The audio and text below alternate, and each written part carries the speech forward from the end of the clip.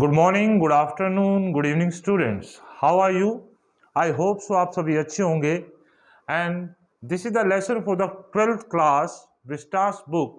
And today we are just going to discuss about the first lesson. The lesson name is third level. It is written by Jack Finney. The writer is an American, and this is a story about science fiction story, and it is telling about us time and space. So, okay, I'm just giving you a short summary to you. Third level, it is a story about 31 years old Charlie. The name of the protagonist hero Charlie. Beside this is a psychological story, and that refers to the subway at the Grand Central Railway Station. This story is tell about there are two levels on the Grand Central Station, but Charlie sees the another level, and he goes to the third level. So the name of the lesson is third level. So let us start the story in detail. In New York, the Grand Central Station has two levels. Nonetheless, Charlie, a 31-year-old city resident, talks that there exists a third level. यानी कि Charlie को ये लगता है कि यहाँ पर कोई ना कोई थर्ड लेवल भी है. Also he claims that he has been there. और वो ये भी कहता है कि वो वहां पर गया है. To talk about this problem, he visit a psychiatrist. He talks about this problem. His friend, whose name is Sam, and he is a psychiatrist, which is called the doctor about psychology. He talks about Sam उसको बताता है कि ये उसकी एक प्रकार की walking dream wish fulfilment, यानी कि हम जागते हुए जो सपना देखते हैं, जो विश मांगते हैं, वो विश उसकी फुलफिल हो गई है. And explain Charlie psychology by saying that the modern world is full of fear, insecurity, war and worry, and everybody wants to escape to some temporary refuge from reality. हर कोई इस insecurity से, इस depression से बचना चाहता है. तो sir that's why Charlie ऐसा कुछ सोच लेता है, यहाँ से escape करने के लिए वो बचना चाहता है. So that's why he is telling that कि वो थर्ड लेवल पर पहुंच गया. As for him hobbies like stamp collection is an indicator of this escape. जो चार्ली की हॉबी है स्टेम कलेक्टिंग की, वो भी एक प्रकार का escape है डिप्रेशन, इनसिक्योरिटी से बचने के लिए. At times, the Grand Central Station seems like a maze to Charlie. यानी कि चार्ली के लिए एक रहस्य है. While taking the subway earlier, he had lost his way a couple of times. जैसे वो सबवे क्रॉस करके आता है, यानी कि अपने घर पहुंचता है, तो कई बार वो थर्ड लेवल में चला जाता है. One time he entered the lobby of the Roosevelt Hotel. एक बार तो वो रूजवेल्ट होटल की लॉबी में घुस गया था. While the other time he appeared at the office building. फिर एक बार वो ऑफिस बिल्डिंग में चला गया था. That was 3 blocks away, जो 3 blocks दूर थी. However, this time he loses his way and something unique occurs. इस बार जब वो अपना रास्ता भूलता है तो कुछ यूनिक सा होता है उसकी लाइफ में. Charlie visit the third level. Charlie third level पर पहुंच जाता है. In the silent hallway, Charlie keeps walking, turning left and sloping downward until he touches an architecturally old station which is totally different from the two familiar levels. जिस station पर वो पहुंचता है, जिस लेवल में वो पहुंचता है, वो लेवल जो है बाकी के दो लेवल से बिल्कुल अलग है. Moreover, this old small room with fewer ticket counters, यहाँ पर जो थर्ड लेवल है, वहां पर क्या है, जो टिकट विंडो है वो आज की विंडो से बिल्कुल अलग है. वहां बल्ब लाइट की बजाय गैस लाइट है. यानी कि एक प्रकार से चार्ली जो है 100 years ago, यानी कि 100 साल पीछे चला जाता है, और वो 19th सेंचुरी, अब जो सेंचुरी 20th सेंचुरी चल रही है, तो वो 19th सेंचुरी में पहुंच जाता है.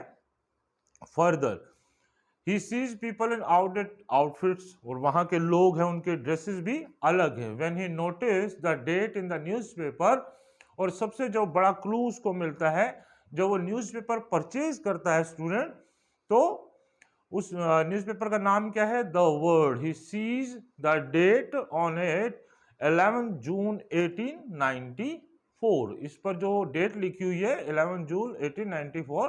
When he tries to buy 2 tickets, जब वो 2 टिकट लेता है, he realise that he needs old currency, और उसे फील होता है कि उसे वो टिकट परचेज करने के लिए कौन सी करेंसी चाहिए? ओल्ड करेंसी चाहिए। आज की जो करेंसी है न्यू करेंसी है।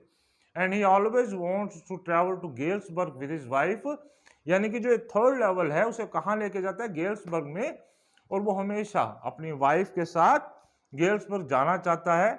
लुइजा उसकी वाइफ का नाम है। Back in his head it is a wonderful town still with big old frame houses, और जो वहाँ जो टाउन है वो काफी वंडरफुल है। वहां पर जो हाउसेज हैं वो ओल्ड फ्रेम, बड़े बड़े घर हैं जो ओल्ड फ्रेम है। ह्यूज लॉन, बड़े बड़े लॉन है। ट्रेमेंडस ट्री, बहुत ज्यादा पेड़ हैं। The place has pleasant and long summer dust and where people have ample of time, वहां पर लोगों के पास बहुत समय है। आज की हौच पौच लाइफ के अंदर जहां किसी के पास कोई समय नहीं है, लेकिन चार्ली वहां फील करता है कि वहां पर लोगों के पास बहुत समय है। Hence the next day during lunch he exchange $300 for old currency. अब चार्ली क्या करता है? अपनी $300 को एक्सचेंज कराता है थर्ड लेवल घूमने के लिए, और उसको उसके बदले में $200 मिलते हैं। हालांकि उसको 100 रुपीज का लॉस हो रहा है, बट वो कन्विंस हो जाता है because he has a great desire, great interest to visit the third level, the wonderful town Galesburg. अब वो करेंसी एक्सचेंज कराता है जिसके बदले में उसको $200 मिलते हैं। In addition the amount doesn't bother him as he believes that everything there will be cheaper. उसे ये भी लगता है कि वहां पर सब कुछ सस्ता होगा, इसलिए उसको ज्यादा फील नहीं होता। However he could never again find the corridor that leads into the third level. अब वो घूमने की इच्छा से वहां जाता है, लेकिन उसको थर्ड लेवल मिलता ही नहीं। यहां पर हमें लगता है कि शायद चार्ली जो है वो साइकोलॉजिकली डिस्टर्ब है, बट हम उसको पागल भी नहीं कर सकते बिकॉज वो सोचता है कि वो अपनी वाइफ को अपने साथ घुमाना चाहता है, तो इट मीन्स उसने रियल में कोई ऐसा लेवल देखा है। मतलब स्टोरी इमेजिनेशन भी है और स्टोरी ट्रुथ भी है। यही राइटर हमें शो करना चाहता है कि the story leads to the truth, reality and the imagination, इसलिए फिक्शन स्टोरी है। When her wife came to know that, she asked him to stop looking, और जब उसकी वाइफ उसको पूछती है, unexpectedly his friend Sam also disappeared। अब मैंने आपको स्टोरी के शुरू में बताया था, आपको इस लेसन के स्टार्ट में था, उसका एक दोस्त है सैम, साइकेट्रिस्ट जो साइकोलॉजिकली डॉक्टर है। अब उसको ये पता लगता है कि सैम कहीं डिसअपियर हो चुका है, कहीं गायब हो चुका है। And His wife keeps on looking for him for in the weekends, और उसकी वाइफ उसको काफी समय से ढूंढ रही है। Moreover, Sam was the one whom Charlie shared his idea about Galesburg, यानी कि सैम वही है जिसको चार्ली ने गेल्सबर्ग जाने का आइडिया दिया था। अब क्या होता है कि स्टोरी के अंदर एक ट्विस्ट आता है। ट्विस्ट सुनने से पहले हम एक वर्ड मैं आपसे डिस्कस करना चाहता हूं, first day cover. What is first day cover? पहले तो स्टूडेंट ये समझ लें फर्स्ट डे कवर होता भी क्या है, और ये जरूरी भी आपके लिए, क्योंकि इससे रिलेटेड क्वेश्चन एग्जाम में आ सकता है। फर्स्ट डे कवर वो होता है जो स्टैम्प कलेक्टर होते हैं, यानी कि जो स्टैम्प परचेज करते हैं, वो क्या करते हैं, जब ये स्टैम्प लॉन्च होती है तो एनवल्प में एक ब्लैंक पेपर डाल के और उसके ऊपर जो स्टैंप लगाते हैं और फिर अपने आप को मेल कर देते हैं, पोस्ट कर देते हैं, जिससे ये श्योर हो जाता है कि ये स्टैंप उस दिन लॉन्च हुई थी। इसको क्या बोलते हैं? First day cover. Charlie inherited the hobby of stamp collection from his grandfather.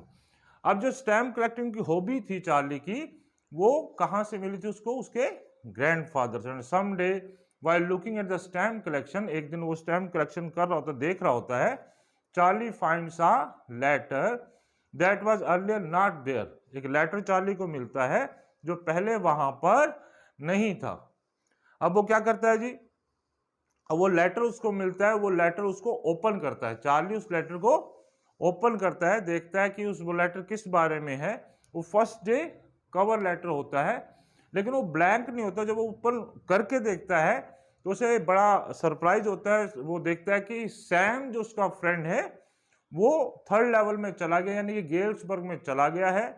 और सैम कहता है चार्ली को कि तुम भी 3rd लेवल जरूर ढूंढना, गेल्सबर्ग जरूर पहुंचना, यहाँ का एनवायरनमेंट, यहाँ का एम्बियंस बहुत ही अच्छा है और मैंने यहाँ पर अपना एक बिजनेस भी सेटल कर लिया है। अब ये जो लेटर है सैम किसको पोस्ट करता है? ग्रैंडफादर को। और एड्रेस किसको करता है? चार्ली को। देन उसके बाद क्या होता है, यानी कि सैम उसे बताता है कि वो गेल्सबर्ग पहुंच गया है। यानी कि अब जो है चार्ली और श्योर हो जाता है कि गेल्सबर्ग नाम की जगह है, वहां पर उसका फ्रेंड सैम पहुंच चुका है। और सैम उसको एडवाइस भी करता है तुम भी 3rd लेवल को ढूंढना और तुम भी गेल्सबर्ग पहुंचना। यानी कि this story is about the writer wants to show that Jack Finney हमें यह बताना चाहता है कि रियल में जो 3rd लेवल रियल में एग्जिस्ट है। यानी कि यहां पर ये इमेजिनेशन भी लगता है और ये रियलिटी भी लगती है। रियलिटी क्यों लगती है? क्योंकि जब चार्ली 3rd लेवल में पहुंचता है तब तक उसकी इमेजिनेशन लगती है, तब तक वो लगता है कि साइकोलॉजिकली चार्ली जो है वो डिस्टर्ब है। वो ये बात डिस्कस जब सैम से करता है तो सैम भी उसको कहता है कि ये उसकी डे ड्रीमिंग विश फुलफिलमेंट हुई।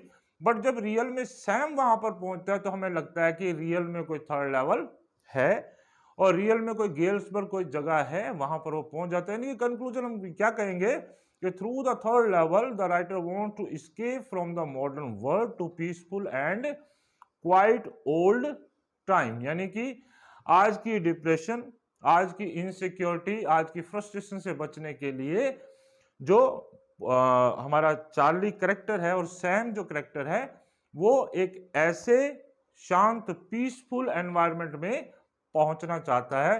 So this is the story. और क्वेश्चन इसमें 2 इंपॉर्टेंट हो सकते हैं, एक तो करेक्टर स्केच ऑफ चार्ली और दूसरा मैंने आपको वर्ड बताया था first day. What is first day cover? वो मैंने आपको बता ही दिया कि स्टैम्प कलेक्टर क्या करते हैं। फर्स्ट डे जब स्टैम्प कोई लॉन्च होती है तो एक खाली एनवेलप में, यानी कि एम्प्टी एनवेलप में एक ब्लैंक पेपर डालकर और खुद को ही मेल कर देते हैं। इससे क्या होता है कि वो क्लियर हो जाता है कि इस दिन ये स्टैम्प लॉन्च हुई थी। तो student, this is for you the lesson 3rd level written by Jack Finney. I hope so you understood the story. Thank you. Have a nice day.